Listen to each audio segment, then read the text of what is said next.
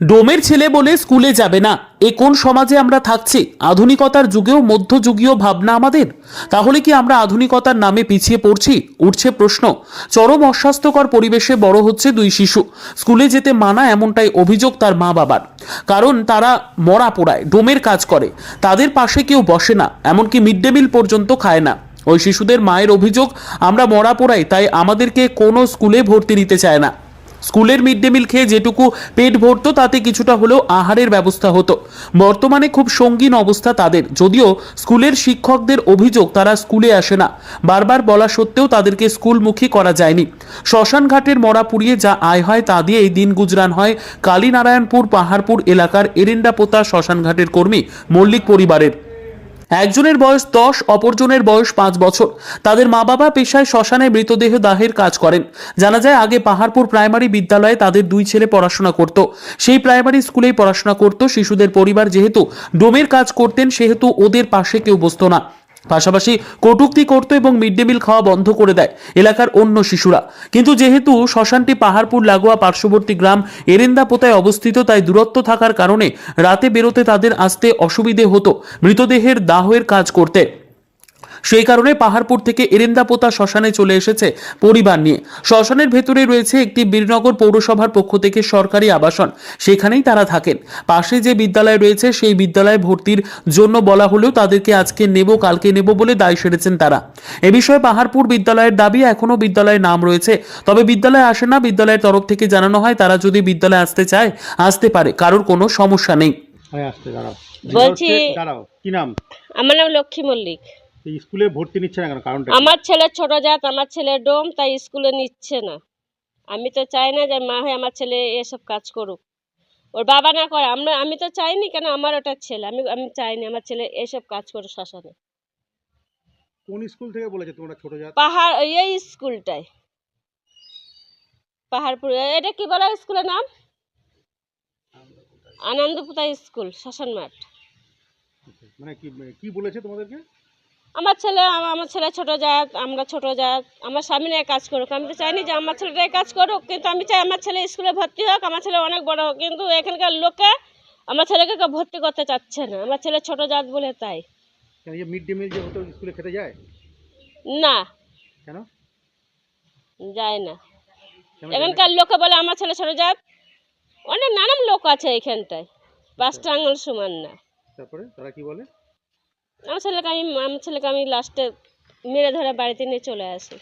আগে তো অন্য স্কুলে পড়তো। আগে পড়তে পাহাড়পুরে, ওখান থেকে আমার ছেলেকে ট্রান্সফার করেছে, আমরা এখানে চলে এসেছি শ্মশানে। আমার ছেলে এখন বলতে চাই, মা আমি ওখানে যাবো না, আমি এই সামনেই থাকবো।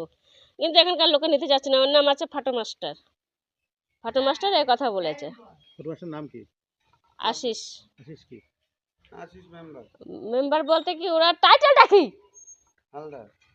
হালদার। পৌরসভার মেম্বার? না, পঞ্চায়েত। পঞ্চায়েতের মেম্বার। ও মাস্টার, হেড মাস্টার, উনি সব কিছু। ও বলেছে যে নেবে না? ওইনি বললো যে দাঁড়া না, তারপরে নেব। এই আস্তে। উনি ওই মাস্টার বললো কি, এই মাসে না, এই মাসটা চল যাক, তোমার ছেলেকে আগের মাসে ভর্তি করবো। তো আমার ছেলেকে আর ভর্তি করেনি। অনেকবার বলেছি, অনেক লোককে বলেছি, ভালো ভালো লোককে বলেছি, কিন্তু আমার ছেলেকে কেউ নিচ্ছে না। ডরি তার সরকার। কারণটা কি? এর কারণটা কি, আমার ছেলে ছোট জাত তাই। ছোট জাত মানে তোমরা কি করো? ছোট জাত বলতে কি, আমার স্বামী মারা পোড়ায়, আমরা মানে নোংরা কাজ করি, ট্যাঙ্কি ছাপ করি, তাই। তাই নেবে না? না। থানাকে জানিয়েছো? ওরা তো জানে, ওরা থানা তো আমার কাজই করে। থানা আমাদের যখন ডাকে তখন আমরা যে ডেড বডি তুলি, থানাও জানে, দুয়ারি সরকারও এসেছিল, সেও গিয়েছে, কিন্তু আমার ছেলেকে কেউ নেয়নি। কি চাও তোমরা, কি চাও? আমার ছেলেটা আমি চাই আমার ছেলে ভর্তি হবে স্কুলে, আমার ছেলে আমার থেকে বড় হবে।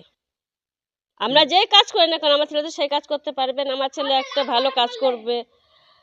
আমি এটাই চাই আমার ছেলের জন্য। কি নাম তোমার? আমার নাম লক্ষ্মী মল্লিক।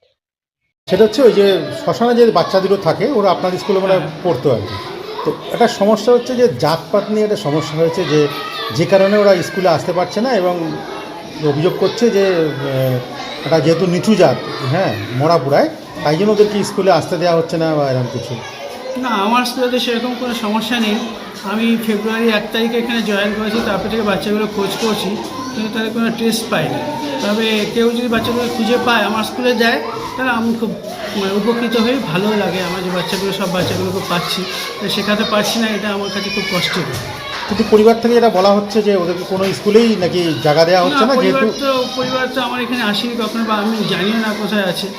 এবার কেউ যদি এনে দেয়, পরিবারও যদি আসে, তাহলে আমার কোনোই আপত্তি নেই, এখানে পড়বে তারা, এখানে তার নাম আসে। আর এখানে জাতপাতের কোনো সমস্যা নেই, এখানে আমার এখানে মুসলিম স্টুডেন্ট আছে, হিন্দু স্টুডেন্ট আছে, তাদের মধ্যে কোনো প্রবলেম নেই, আর এরা আসলেও কোনো প্রবলেম হবে না।